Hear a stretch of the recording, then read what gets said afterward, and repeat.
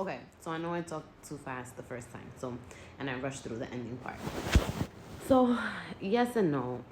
First of all, keep in mind that this happened like in 1995, right?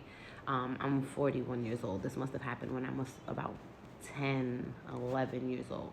So my memory is not like 100% the clearest. Like I said, we had went across the street again to get my brother's haircut and met the guy there. Even to this day, like when I think back on the memory and I think back on him and I think back on everything, like the interactions, it never once made me feel weird or creeped out, which is the scary part. Even today, unless I think about it like as an adult, you know what I mean?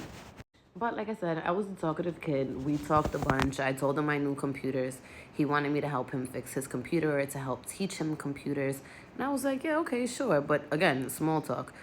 This man started coming to my house. Now, to get to my house, which was the second floor apartment on a two-story, two-family house, you had to go up a very long driveway. It probably was like triple the size of a regular driveway.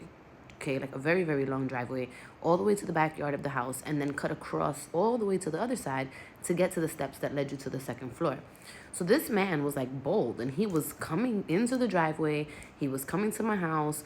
Apparently the neighbor who lived downstairs had told my mom like there was this man roaming and looking for us, but she didn't get involved, and so she just told my mom there was this guy looking for you back here. My mom kind of was like, what is that? And brushed it off.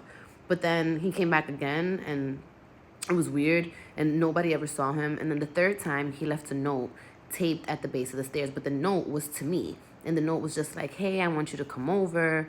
Here's my number. Please call me, blah, blah. And so my mom had me call him. And I'm assuming that it was, for her to be able to hear what was going on and hear the context and hear everything. And then I remember him talking to me and asking me to come over and how he was going to set everything up and blah, blah, blah. And then I was like, okay, well, hold on, I'm going to get you my mom. And my mom had me step out of her room, and I'm sure she probably sent him to hell and told him that she was going to call the police and the whole nine, and he never bothered us, again. But I'm sure she was creeped the hell out.